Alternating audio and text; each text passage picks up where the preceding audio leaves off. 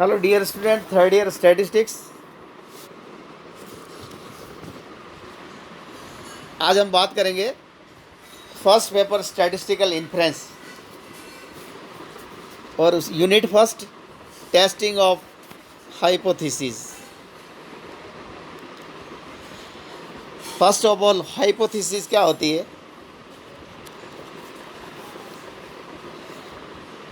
जिस तरह से हम मिल्क होता है उससे कई सारे प्रोडक्ट बनते हैं, जैसे छाछ, मक्खन, घी। उसी तरह से स्टैटिस्टिक्स में भी ये जो टॉपिक है टेस्टिंग ऑफ हाइपोथेसिस, ये उतना ही इम्पोर्टेंस है जैसे दूध से मक्खन बनता है। तो स्टैटिस्टिक्स का ये मक्खन पार्ट कहलाता है एक तरह से। तो हाइपोथेसिस सबसे पहले, for testing the test of significance we first set up a hypothesis. It is the statement or an assumptions about any population or population parameter. For example,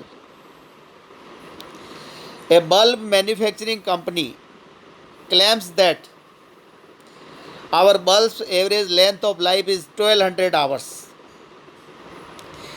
this is hypothesis. ये एक statement हो गया। वो company claim कर रही है कि हमारे बल्ब जो है उनकी average length of life 1200 hours है। तो अब ये क्लेम सही है नहीं है वो हम टेस्ट करेंगे आगे जाके। इसी तरह से कोई कह दे कि उदयपुर की जो पॉपुलेशन है on an average per day per person average income is 500 rupees. तो ये आपका एक स्टेटमेंट हो गया। उसके बेसिस पे हम सैंपल लेंगे, सैंपल के बेसिस से हम जांच करेंगे कि ये जो क्लेम सही है या नहीं है। और इसका इजी सा एग्जांपल, हम जैसे क्लास में बैठी स्टूडेंट में किसी स्टूडेंट जैसे आशा पवार है, उसके बारे में हम क्लेम करें कि इसके पर्स में 1000 रुपीज़ है। तो ये अपना एक स्टेटमेंट हो गया। अब है या नहीं है वो हम आगे चेक करेंगे और फिर रिजल्ट ड्रॉ करेंगे। तो अब hypothesis, how many types of hypothesis? Two types of hypothesis. First one is null hypothesis and second is alternative hypothesis. Now null hypothesis, a statement which is under test,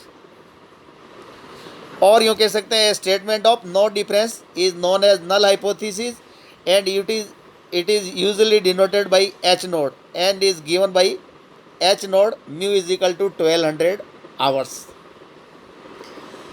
it means a statement of no difference. इसका मतलब जो hypothesis है, जो population या population parameter के बारे में जो एज्यूम्शन स्टेटमेंट है, वही हमारा नल हाइपोथेसिस होता है। A statement which is under test. Second, alternative hypothesis, a statement which is against the null hypothesis is known as alternative hypothesis and it is usually denoted by H1 and is given by H1 mu is not equal to 1200 hours. तो ये हमारी null hypothesis और alternative hypothesis हो गई। अब next आता है types of error in testing of hypothesis.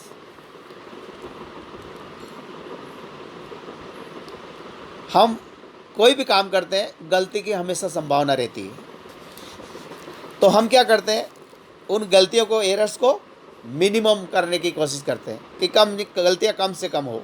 तो इसी तरह टेस्टिंग हाइपोथेसिस में भी दो तरह की एरर्स होती है, type first error, type second error. Type first error, reject H nought when it is true and probability of reject H nought when it is true is alpha. That is type first error is usually denoted by alpha. Type second error, accept H node when it is false। मतलब null hypothesis को स्वीकार करना जबकि वह गलत हो, error हुई। Probability of accept H nought when it is false, beta. Type second error is usually denoted by beta. अब एक आप देखेंगे, एक बॉक्स बना रखा है, उसमें देखिएगा लेफ्ट साइड भी एच नोड है और ऊपर भी एच नोड है। इसका मतलब ये है कि हमेशा प्रोफेसर आर एच जिसने टेस्टिंग ऑफ हाइपोथेसिस दिया, उन्होंने कहा हमेशा नल हाइपोथेसिस एक्सेप्ट और रिजेक्ट होने के लिए बनती है। इसका मतलब अगर नल हाइपोथेसिस अगर आपकी एक्सेप्ट हुई, यानी स्टेटमेंट आपका ट्रू है, तो अल्टरनेट अपने आप रिजेक्ट हो गई, और नल हाइपोथेसिस आपकी अगर रिजेक्ट हुई तो अल्टरनेटिव आपकी एक्सेप्ट हो गई। तो यहाँ देखेंगे आप, true, false, accept, reject. C D means correct decision. हम एक्सेप्ट कर रहे हैं ट्रू को, इसका मतलब करेक्ट डिसीजन है। नेक्स्ट आएंगे, हम रिजेक्ट कर रहे हैं किसको, ट्रू को, सही चीज़ को हम नकार रहे हैं, that is error and is alpha, type first error. Third column, accept कर रहे हैं किसको, गलत चीज़ को, फॉल्स को, that is error and is beta, type second error. Reject कर रहे हैं किसको, गलत चीज़ को, that is correct decision. Now level of significance. Type first error is known as level of significance and usually denoted by alpha and taken as 5% or 1%. इसका मतलब है टाइप फर्स्ट को ही लेवल ऑफ सिग्निफिकेंस कहते हैं और उसको usually हम 5% या 1% पे लेते हैं। अगर हमने इसको फिक्स कर देते हैं टाइप फर्स्ट एरर को 5% पे, अल्फा 5% ले लिया, तो इसका मतलब हम कोई भी चीज़ अगर हम टेस्ट करेंगे और नल हाइपोथेसिस एक्सेप्ट करेंगे, सामने वाले को हम कहेंगे कि हमारा जो रिज़ल्ट है, कंक्लूजन है, वो 95% सही है, और 1% पे एक्सेप्ट करेंगे तो उसको 99% की गारंटी देंगे। तो यहाँ पे दो तरह की एरर है, अल्फ़ा और बीटा। तो अल्फ़ा को हमने लेवल ऑफ सिग्निफिकेंस की हेल्प से हमने फिक्स कर दिया 5% पे। अब हम क्या करते हैं कि सेकंड जो एरर है बीटा, उसको मिनिमाइज करते हैं।